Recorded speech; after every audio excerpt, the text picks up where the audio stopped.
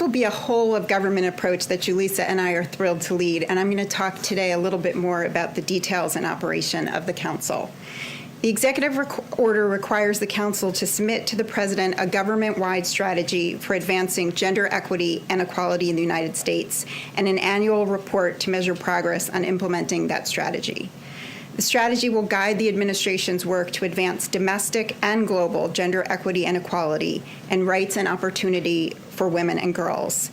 And the strategy will evaluate and make recommendations to improve policies and programs, budgets, and data collection across agencies and across the White House, all with a gender lens. We'll also be involved in policymaking on a range of issues, including those that Julissa just outlined. We're excited about the expertise that we have, that our dedicated staff brings to improve our nation's commitment to preventing and responding to gender-based violence, which, as many of you know, has long been a priority and a commitment of President Biden. The executive order designates a special assistant to the president and senior advisor on gender-based violence on the Council staff. And in addition, we'll have at least 2 additional special assistants to the president for gender policy who will work on a number of issues, including the ones that Julissa outlined. One of the special assistants will focus specifically on policies to advance equity for Black, Indigenous, Latina, and women and girls of color. In all of our work, every step of the way will be aligned and fully integrated with the racial equity work headed up by the Domestic Policy Council. We'll also work closely with the Cabinet, most of whom are named as members of the Council, and each of whom will name a senior-level designate to the Council, and with staff on all policy councils in the White House and with the Office of Public Engagement. And in addition to those within the government, we'll work with partners outside government, nonprofit and community-based organizations, state and local and tribal organizations, the private sector, foreign governments, and multilateral organizations. The second executive order that the President signed this morning focuses on policies, advancing policies to guarantee education free from sexual violence.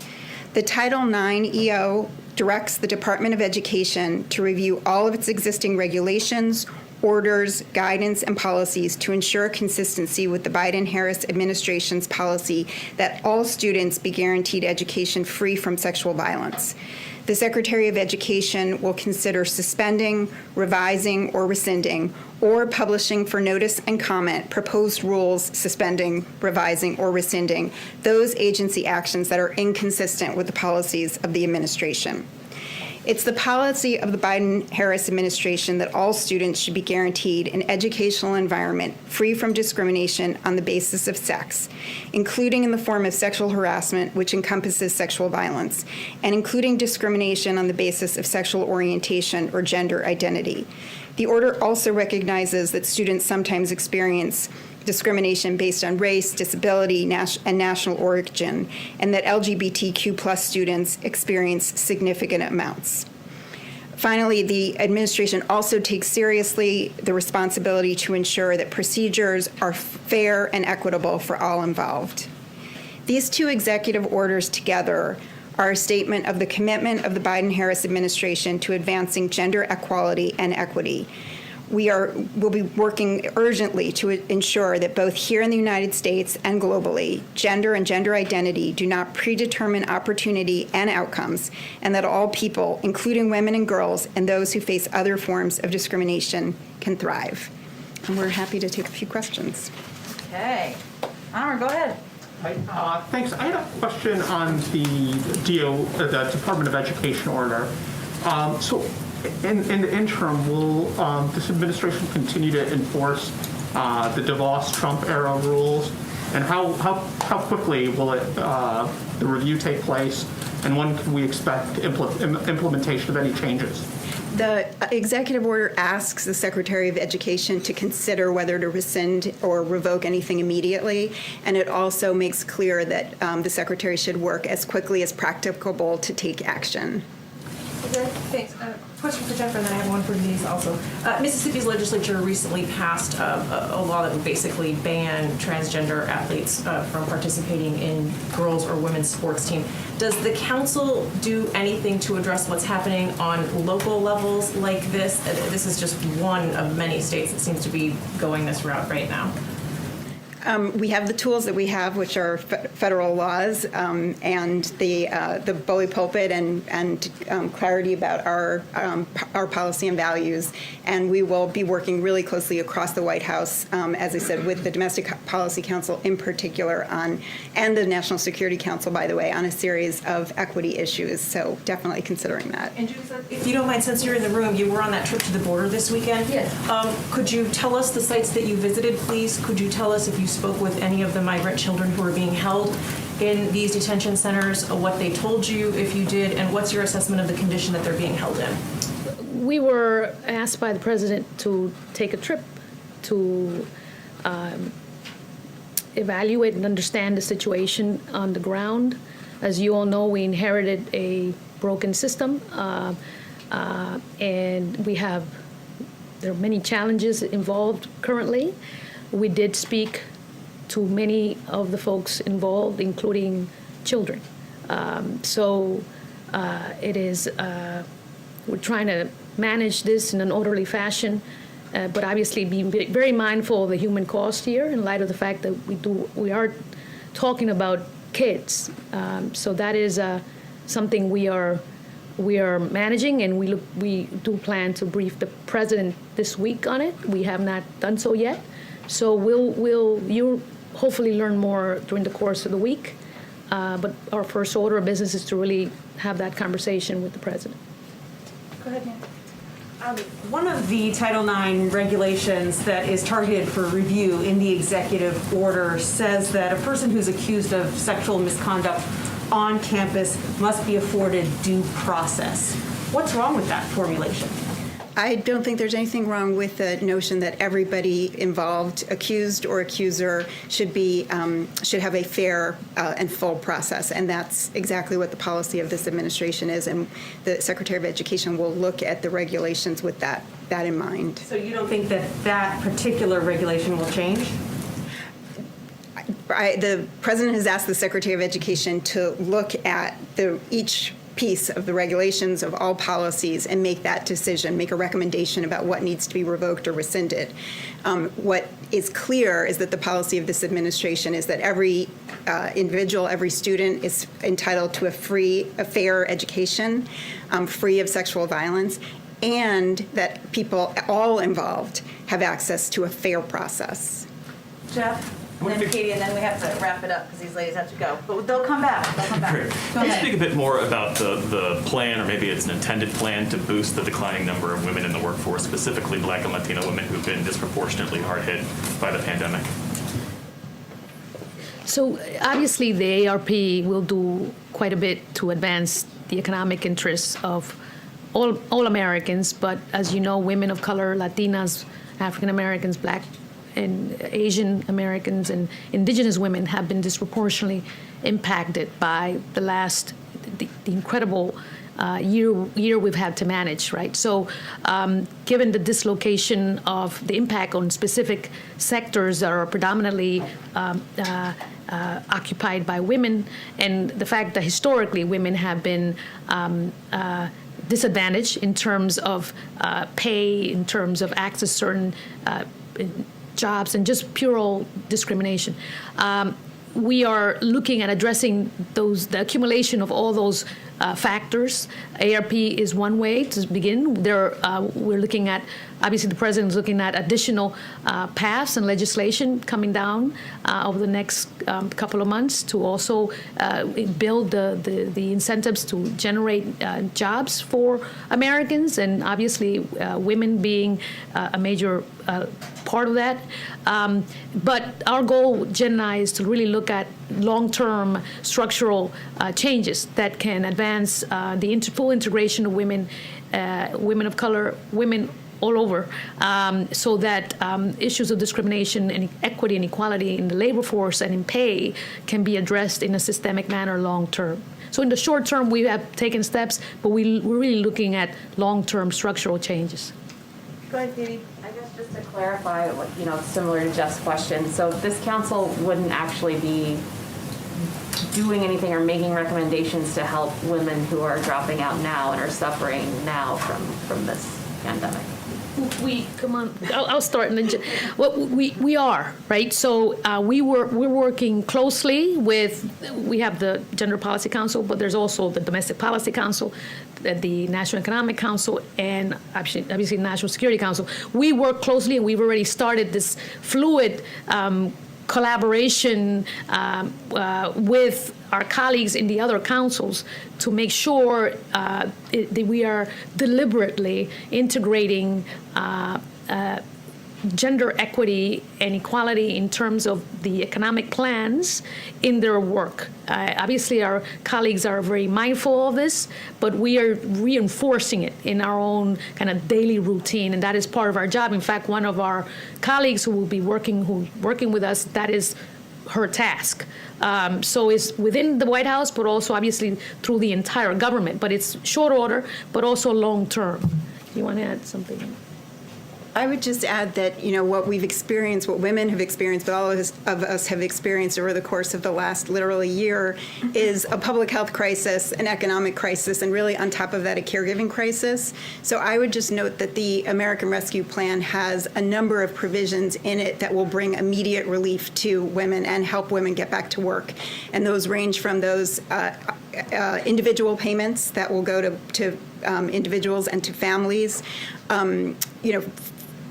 Child poverty will be reduced by half. There's a child tax credit, which is of significant value to parents and women in particular. Unemployment insurance. Helping schools reopen safely so that kids can get back into school, help stabilizing the child care industry, and helping parents be able to afford child care. There's so much in there that will provide immediate relief to women and help them get back to work. And then, as Julissa says, there are longer-term structural changes that also need to be addressed.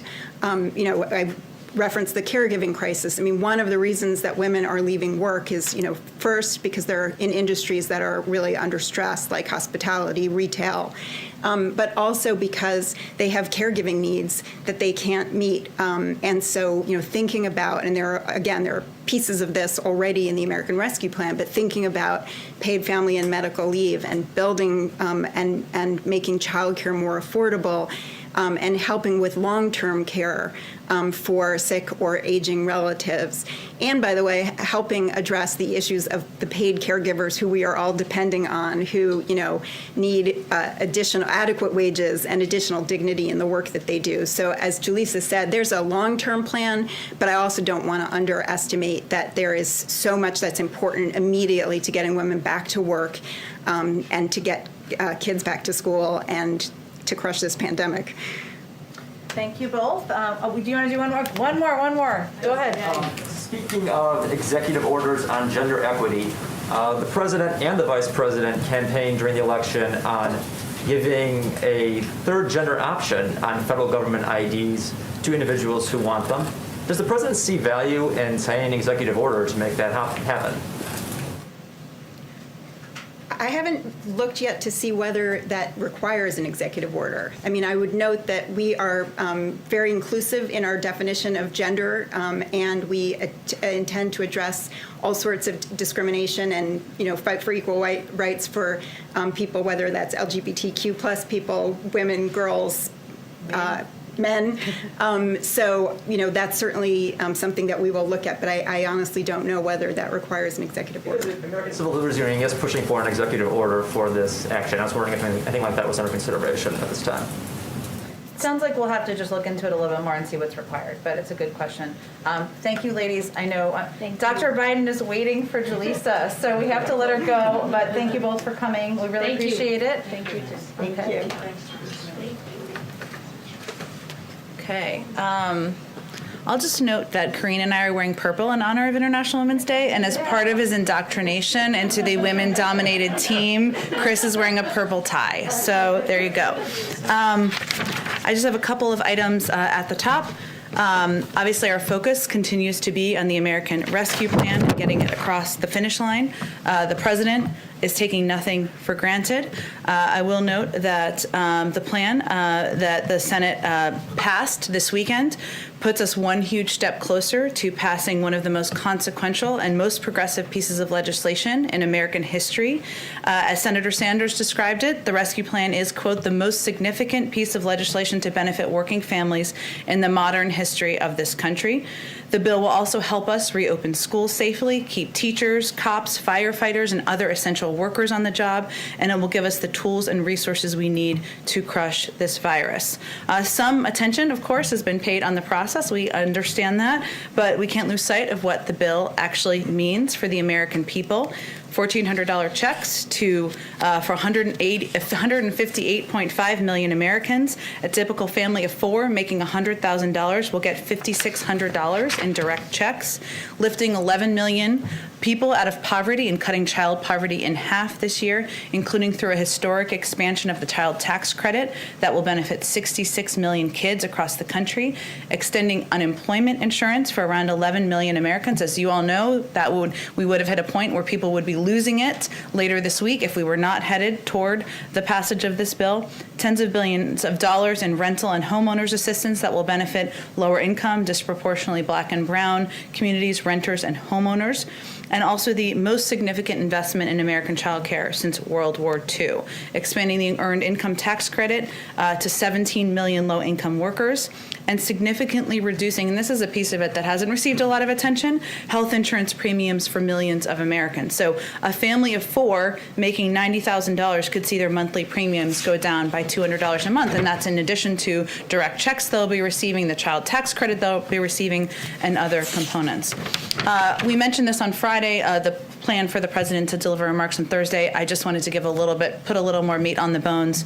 The president will deliver his first primetime address to commemorate the one-year anniversary of the COVID-19 shutdown on Thursday. He will discuss the many sacrifices of the American people have made over the last year and the grave loss communities and families across the country have suffered. The president will look forward, highlighting the role of Americans that Americans will play in beating the virus and moving the country toward getting back to normal. With that, I'm going to kick us off. Thanks. I'm sorry I didn't wear a purple tie today. Oh, you can do it tomorrow. We can extend it. Just for you. Go ahead. Thank you.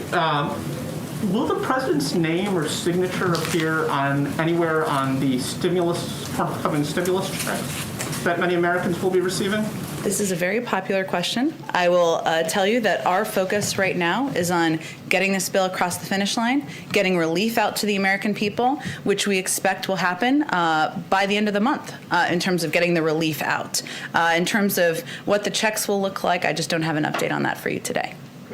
And yesterday, Senator Manchin said that, like President Biden, he believes the filibuster should continue, but there should be more pain, if you want to utilize it.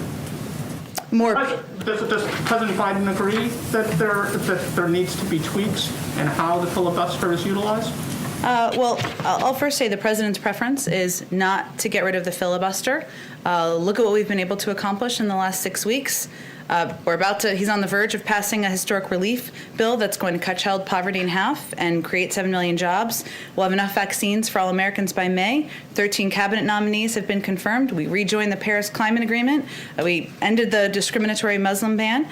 He's met with members on both sides of the aisle in the Oval, and he wants to continue to work on a bipartisan basis. And we believe there are opportunities to do exactly that. In infrastructure, I believe that's an area I think Senator Manchin touched on yesterday during one of his interviews.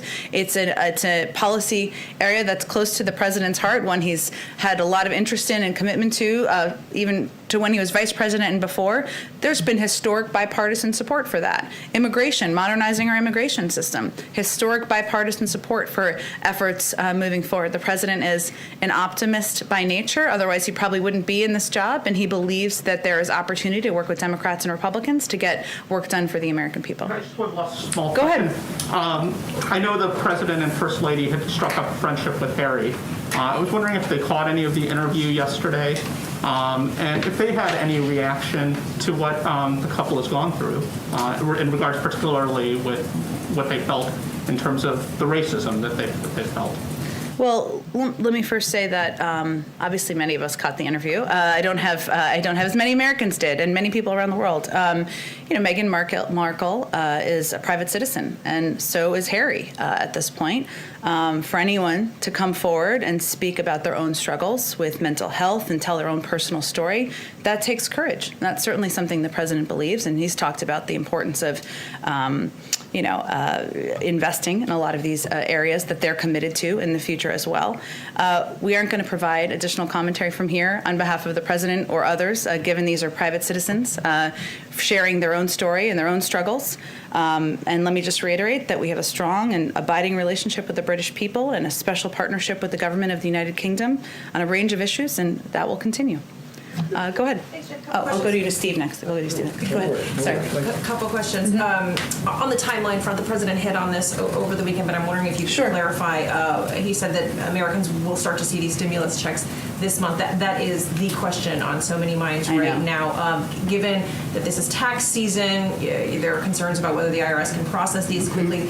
Do you have a timeline? Will it be a matter of days that Americans will see these checks? This is certainly a very popular question for understandable reasons. The Treasury Department is working on what this looks like and what the processing looks like. As the president said on Friday, we expect a large number of Americans to receive relief by the end of the month. But in terms of the mechanics of it, Treasury just has to work through that, and an update will likely come from them, but we'll keep you all abreast of it. You sort of hit on the vote count a little bit.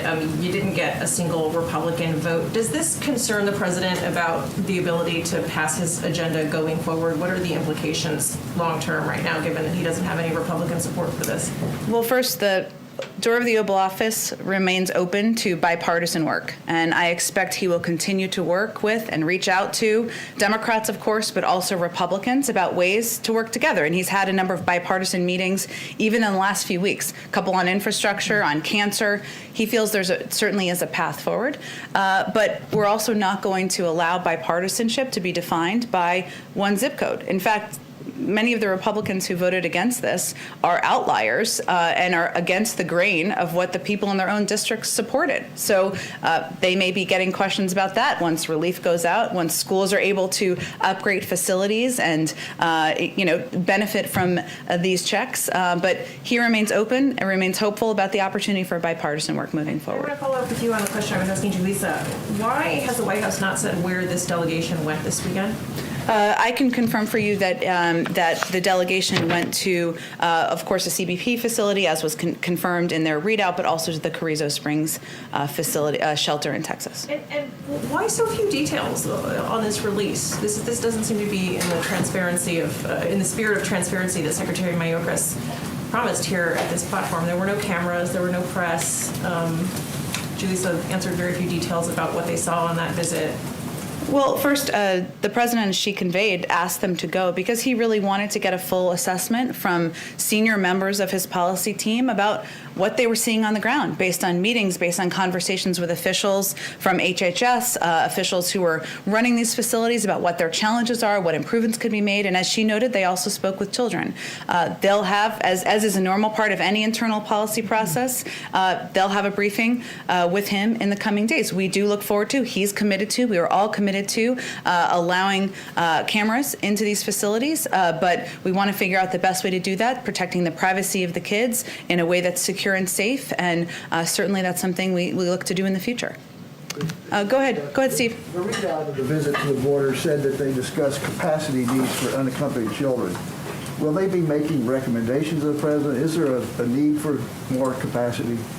Well, we know just purely by the numbers, Steve, that there is going to be a need, right? Because we have a large number of kids, unaccompanied children who are coming across the border. We've made a policy decision as an administration that the humane and moral approach is to keep these kids safe and get them into facilities that are safe. There are some limitations, which I know many of you are familiar with because of COVID restrictions and protocols that reduce the capacity at a number of these sites. CDC also put out some guidelines. Many of you may have seen, I believe it was on Thursday or Friday, that will allow allow for increased capacity at some of these sites, but it is an area of policy discussion. How will we continue to accommodate in a safe and humane way these kids? And our objective remains moving them as quickly as possible out of the Border Patrol facilities. In order to do that, we need to have shelter facilities that are safe, that have access to educational resources, legal resources,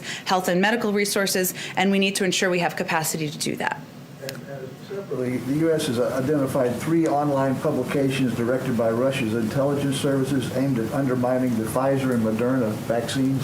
Yeah. Are you aware of that? What can you do about this to counteract? Well, first, we can reiterate that we will fight with every tool we have disinformation. We are certainly not new to, or we're certainly familiar with, I should say, the approach and tactics of Russian disinformation efforts. And we will reiterate that at every opportunity, these vaccines are safe. They've been approved by the FDA. We will have, of course, health and medical experts conveying that at every turn. And we will look for ways to combat disinformation. But we are aware of it. We are monitoring it, and we are taking steps to address. Go ahead. You mentioned the historical bipartisan nature of infrastructure. Has the administration made a determination about its next legislative priority, whether it will be a targeted, focused infrastructure bill that could potentially pick up Republican support, or whether it's going to be a bigger, Build Back Better, more sweeping, potentially more expensive effort? Not yet, Jeff. It's a great question. I mean, our focus, I know we say this publicly, but it is also our focus internally, is down the American Rescue Plan and getting it across the finish line, and we take nothing for granted. There are the president's priorities are not a secret. He talked about them. You touched on a number of them as a part of his Build Back Better agenda during the campaign. Infrastructure is one of them. Investing in caregiving, doing more to improve access and expand access to health care, addressing our tax systems. But the structure, the size, the format, that has not yet been determined. On ARP, should we expect a signing ceremony tomorrow or sometime after the House passes it? I expect once we believe it's on the path to the president, of course, signing it, and I certainly would expect we'd take a moment to do that once it's done. And what's the administration's plan to make sure that low-income people who didn't file a tax return because they don't make enough income, make sure that they get the money? Because I think in the last go-around, in the previous administration, there were some 8 million people who were eligible but didn't get For the money. tax benefits. Well, for the $1,400 payments. For the $1,400 payments. It's a great question. I probably would have to talk to Treasury about their implementation mechanisms here and how they're able to reach those individuals. It certainly is something that when we came in and did reviews of processes that could work better, we also noted during the transition, but I'll have to talk to them about what systems they'll be able to be put in place to ensure more people receive these checks. Go ahead. Thanks, Jen.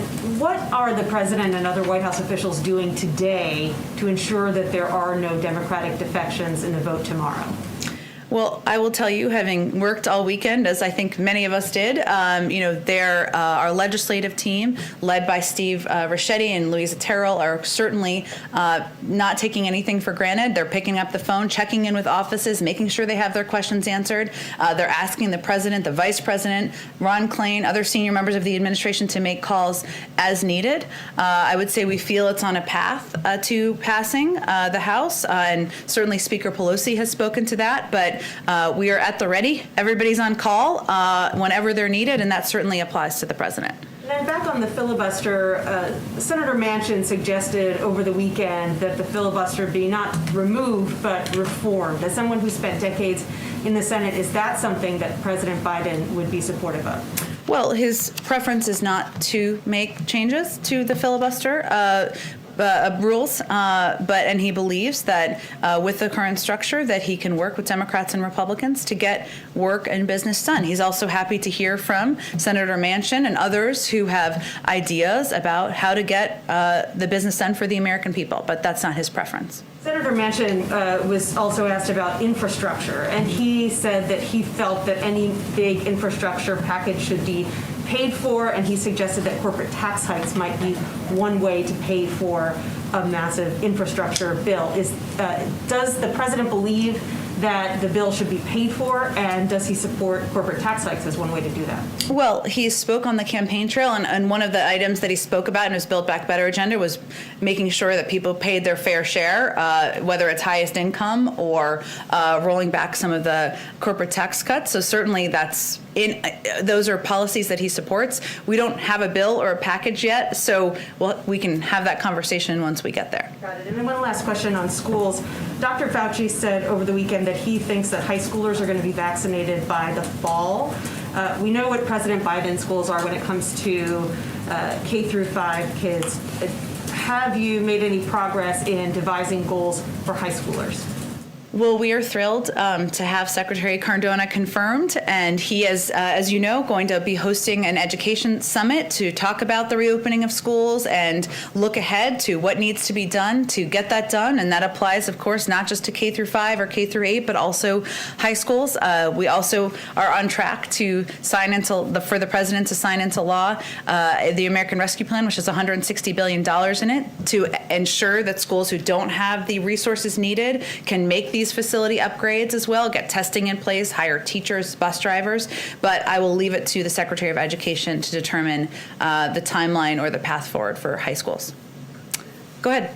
Briefly ask on a couple of COVID things. Can you confirm the president will host the Merck and J&J executives at the White House on Wednesday? Yes. Why did he do away with the trip to Baltimore?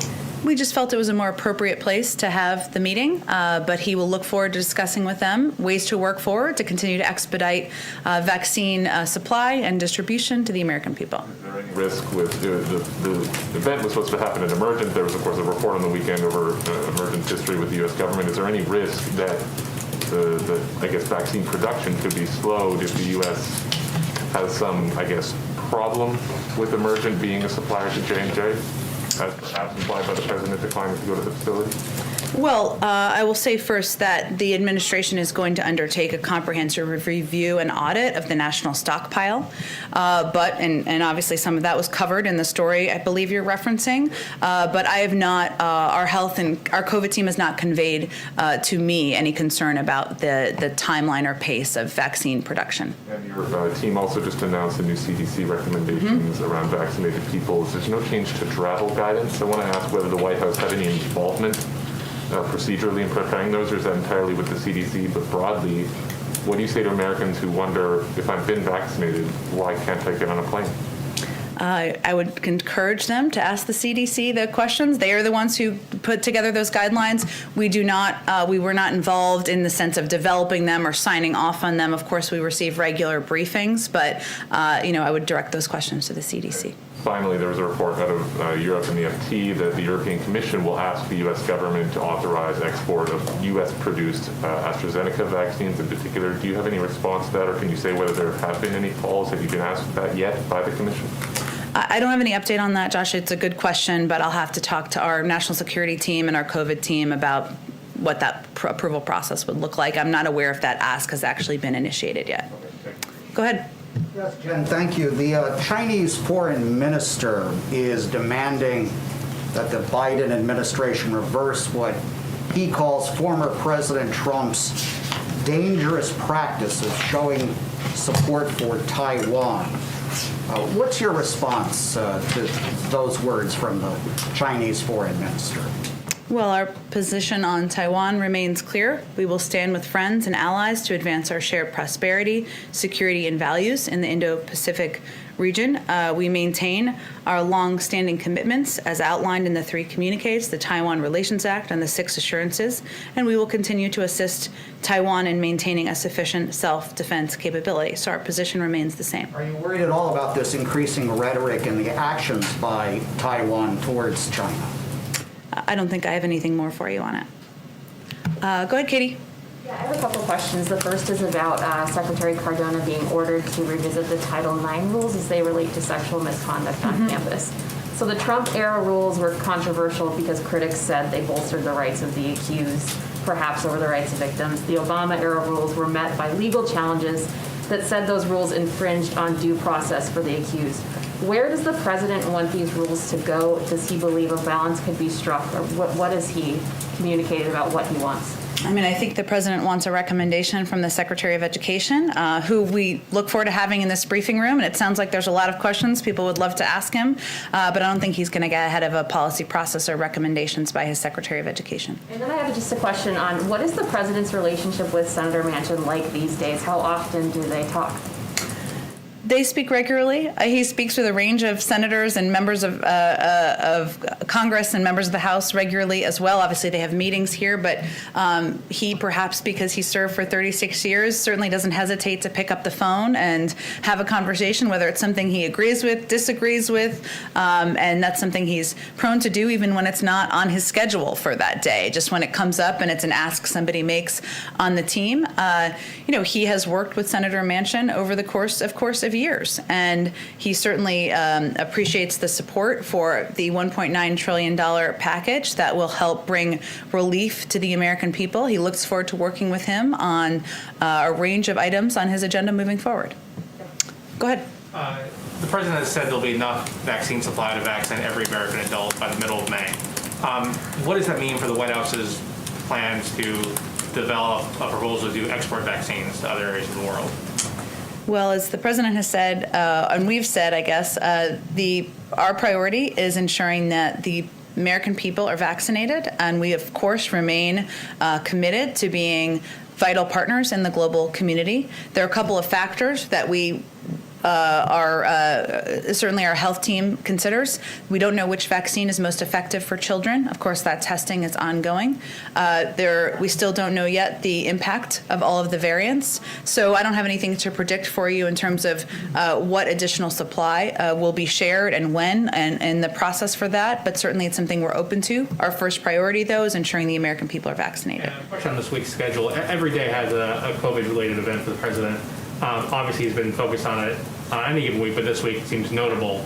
I was kind of curious what you could say about what the plan is this week and why this is kind of a special week to kind of increase that focus on the response to the pandemic.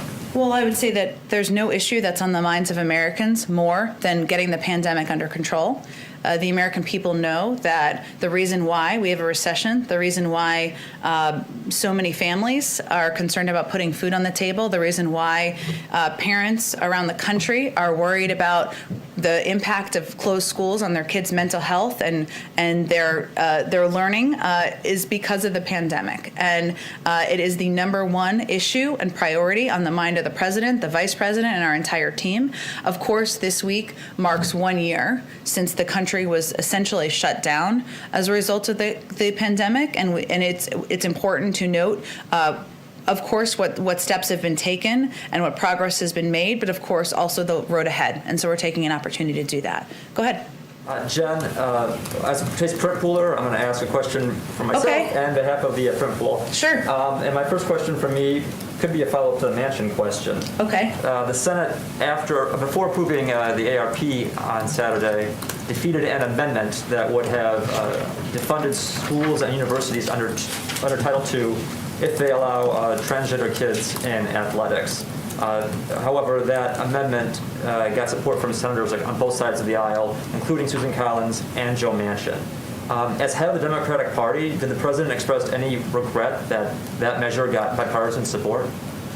Well, first, let me say the president's position on the rights of transgender kids to play sports is clear. He signed an executive order, and he believes transgender rights are human rights and wants to see kids have the opportunity to play sports and participate in a range of activities. I would say we expected, as there often is with Vote-A-Ramas, there to be a range of amendments that he would oppose, and this certainly would have been one of them, but I don't have anything more to read out for you in terms of his specific concerns. And now for my colleague, who asks, given that multiple members of President Biden's staff going to the U.S.-Mexico border on Saturday, or went there, why didn't the president make the trip to see the situation himself, and can we expect a visit to the border from him in the coming weeks ahead? I don't have anything on his schedule to read out. I will, though, confirm for you, having traveled on smaller delegations, but also on trips with the president. A trip with the president, as many of you know, includes Air Force One, includes an extensive security, includes all of you, of course, includes a large swath of people and human beings. This was a trip with a small delegation meant to be able to have a small footprint on the ground, to really have conversations with people who are working in these facilities, who are leading the efforts underway, and even some children. And he felt it was most appropriate for members of his policy staff to have those conversations and do the first trip. Go ahead. Not to belabor Joe Manchin. That's okay. But what we saw last week was you guys do have a numbers problem, potentially a big one. What does that mean going forward, given Joe Manchin's comments in the past, and then more recently talking about he wants Republicans more involved, he will not support an infrastructure bill that goes through reconciliation. I mean, more specifically, the minimum wage. I mean, this is something progressives have pushed for. They want $15. How can you possibly get to $15 when you have Joe Manchin saying what he's saying and Republicans drawing a pretty hard line? Well, first I would say Senator Manchin and Senator Sanders and a range of Democrats in between just voted to support a $1.9 trillion package that is the most progressive piece of legislation in history. So I would say we feel pretty good about that. And the fact that that package was not broken up, it still contained the key components that the president advocated for, $1,400 checks, assistance to schools. And yes, there were some changes on the margins, but it is the core of what he had originally proposed. The president believes that there is a path forward on a range of issues where there's been a history of bipartisan support, including infrastructure. Infrastructure improvements are not a Democratic issue. They're not a moderate issue, a progressive issue, a conservative issue. The American people want their roads, rails, and bridges to be reformed. He feels there's a path forward. There's no bill that's being considered. He's having discussions to hear good ideas from members of both parties. And once we have a bill, we're happy to have a discussion on how we move it forward. Does that mean you do think that you will have to work with Republicans? Do you think you'll have enough Republicans to get to $15 specifically? Oh, sorry, the minimum wage you asked about. You asked a few things in there, so I was just trying to unpack them. No, it's totally fine. The president remains committed to raising the minimum wage to $15. There are no negotiations right now with the president or anyone from the administration on lowering that threshold. He's going to work with leaders in both in the Democratic Party and anyone who's interested in having this conversation about how to move it forward and the best vehicle moving forward. But that's the status of it. Right now, we're focused on the American Rescue Plan. And just a quick follow-up on a different subject. You mentioned last week that the president is expected to give a formal press briefing. Press conference, yeah. Yes, before the end of the month. Mm-hmm. So that is a commitment. In the next few weeks, we will see him and take questions and follow-ups and so forth. Yeah, he has done about 40 Q&As since he took office, but in terms of a formal press conference, which I understand there's a big focus on, yes, we will have one before the end of the month. And what does it mean going forward? Will we see more of President Biden specifically? More than 40 Q&As in the last month, or? Where he will be submitted to more extensive questions, follow-ups, the kind of things we're doing today. Will we see him regularly? I don't know that you'll see him more than 40 times a month, but I'm happy to ask him that question. Go ahead, Yamiche. Hi, thanks so much. A couple questions. First, on direct aid. I know that March 14th was the deadline because of the unemployment that was running out. Is the White House basically ensuring people that their unemployment, that enhanced unemployment, that they'll be able to still get that and that there will be no lapse there? And also, is there a concern about what happened last time where there was a backlog at the IRS and there was a backlog in checks going out to people? Is that a concern and has that been worked on? Well, I can assure you, having been on a call with her this morning, that Secretary Yellen is focused like a laser on ensuring that there's a clear process and system for ensuring this assistance gets out as quickly as possible. I certainly understand the questions. My friends, neighbors, everybody's asking me the same thing about when they will get assistance, when this will go out the door, but it is really up to them on the mechanics of it. And as I noted a little bit earlier, and Yamiche, I think we've talked about this, there was concern about the gap of people in the last with the December package that were left out and didn't receive the assistance, and that's certainly something that is being factored into the administration and the process here. But I really leave it to Treasury to provide an update on the mechanics of it. And then I know you said the president's preference is to not do away with the filibuster. House Majority Whip Jim Clyburn, he said that if Democrats want to keep enjoying the majority, that they have to find some workaround around the filibuster. He said maybe it would be a Sinema Manchin rule. I wonder if the president would be behind some sort of rule for specific legislation. Jim Clyburn was talking about civil rights and voting rights legislation. Would the president back any sort of filibuster workaround for specific legislation? Again, it's not his preference, and he believes with an issue as important as voting rights, there should be a path forward to work with Democrats and Republicans to get it done. So nothing's changed on his policy on the filibuster. I'm wondering, I was not asking specifically about the filibuster, and more about a rule that would get around the filibuster for specific legislation like voting rights and civil rights. Would he possibly get behind that? Not doing away with the entire filibuster. No, I understand. I just don't have, he's not, his preference is not to make different changes to the rules, to the filibuster rules. On a separate issue on the border, I understand that the delegation is going to brief the president. I wonder, can you talk a little bit more about what was seen there, what was most concerning? Especially, I know this administration has said over and over again, it's not the right time to come. Mm-hmm. They talked to children, they talked to officials. Has that message been reached to the immigrants who are coming across our borders? Well, I think first I'm going to allow the president to receive the briefing first before we talk about it more publicly. But I will also say, just an expectation set, that this is a normal part of an internal policy process, and I don't anticipate that we're going to give extensive briefings about internal policy processes or internal discussions that the policy team will have with the president. They went there because the president asked them to go, because he wanted to hear and understand tangibly what's happening on the ground. And, having sat in on briefings with him about this issue, the questions he asks are, how many teachers are there? What specific steps can be done to improve the processes of the timeline of how quickly kids get from shelter facilities into homes? What's the logjam in the process? These are the kinds of things that he's looking for more detailed information on, and I think he wanted to hear tangibly from people who had recently visited the facilities on the ground, hence they went. But,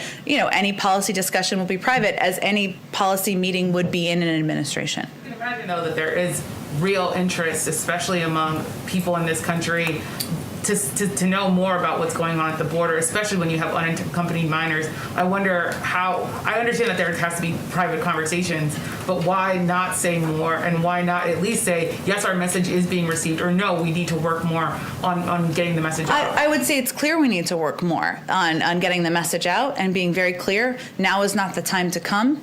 There is the majority of people who come to the border are turned away. Yes, we have changed the policies of the last administration as it relates to unaccompanied children, but the majority of families, adults, the vast majority are turned away at the border. And that is a message that clearly we need to continue to look for means and ways of getting out, more and more out to the region. Is there a time for the prime time address? Completely housekeeping, but is there a time specifically for? It's a great question. I will follow up. I think I know it, but let me double check and make sure it 100% landed on the time I think it's going to be. Well, can I come back? Because let me go ahead to the back.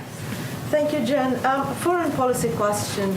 As you know, there's been constant attack by the Houthi rebels on targeting Saudi Arabia. The Wall Street Journal just quoting a senior Saudi official saying that actually the attack yesterday on the port of Ras Tanura was originated from Iraq or Iran. Does the White House believe that this is a game changer since it's not from Yemen? And will you hold Iran accountable? Well, first, we continue to be alarmed by the frequency of Houthi attacks on Saudi Arabia. Escalating attacks like these are not the actions of a group that is serious about peace. The attacks are unacceptable and dangerous and put the lives of innocent civilians at work, including Americans. We, of course, continue to work in close cooperation with the Saudis, given the threat, as you referenced, that they are facing on a frequent basis from these attacks. And we understand that they face genuine security threats from Yemen and others in the region. As a part of our interagency process, we'll look for ways to improve support for Saudi Arabia's ability to defend its territory against threats, but I don't have anything from that to predict for you at this point in time. Can you update us on the negotiation with the Iranians? Where are we now? I mean, is it stalled? Is it you offering them something new? Where are we? Well, it's an ongoing discussion about, based on the reaction of the Iranians to the EU invitation. We see this as a part of the diplomatic process, but we don't have any update in terms of a date or timeline for that discussion. Go ahead, Isaac. Thanks, Jen. Given what the president said yesterday with the executive order that he signed and what's in that executive order, I wonder if you can explain why pushing for voting rights isn't a legislative move on voting rights isn't higher up on the agenda for the president as you're sequencing these things, especially given all of the changes that are being pushed in a lot of states to voting rights. It is a priority. Right now, our focus is on the American Rescue Plan, getting it through, getting it passed, because the number one and number two issues for the American people are the pandemic and the economic recession. But of course, making it easier and more accessible for the American people to vote is something the president talked about on the campaign trail, and he will remain committed to through the course of his presidency. He signed executive orders, as you referenced, into place just over the weekend. He obviously supports the passage in the House of this piece of legislation, and we will continue to look for ways to make voting more accessible for the American people. If he's not leaning into it as something for Congress to move on soon, is there a concern that as these state voting rights laws get into place, and of course there are elections in the fall, there are going to be elections next year, that it will be sort of those restrictions that are being put in place will be in place by the time that it comes to voting, and Congress won't have moved? I mean, he is supportive of the legislation, right? He put out a supportive statement. We had a supportive statement of administration policy on the passage through the House. It's something that he conveyed in that. He would look to see, he would support that moving through the Senate. Obviously, there are a range of means of working with states on their own approaches, working with Congress on a range of ways to help increase voting rights and access, and he and his team are eager to continue to do that. Thanks, John. Thanks, everyone. Oh, sorry, one more. Go ahead. I just want to follow up because I want to clarify. You said that the policy discussion behind the scenes with the president and this delegation is private. I just want to clarify, following up on what Yamiche was asking, I'm not asking for a detailed readout on a private conversation that's happening in the Oval Office between the president and this delegation. Journalists have not been allowed to see what's happening inside places. I understand, and I said, so all I was conveying on that particular piece, just for clarity, is we're probably not, for expectation setting, we're probably not going to do a readout of their private conversation. I know you weren't asking for that. We get a readout on what these children, whom we've not been able to speak to ourselves, are saying to the delegation of 14 members that went, on the conditions that they're being held in, or if not a readout on this conversation on what these kids told people like Julissa, can we get it ourselves? Well, first, as I said when you asked the question earlier, we are very open to and support, and the president does, providing access to these facilities. We need to do that in a way that protects the privacy of these kids who are under 18, is safe given COVID protocols, and we are committed to doing that. So we're not expecting you to take our word for it. I was just conveying that any private policy conversation, I just didn't want there to be an expectation every day that we'd be reading that out. This will be an ongoing discussion. And of course, we want to bring more people in here to shed more light on our thinking, on how challenging this issue is, on what contemplations we have to ensure that children are in facilities that are safe, that help, and that we take steps to expedite the process to get them to homes that are either family members or homes of people who are sponsoring them. Thanks, everyone.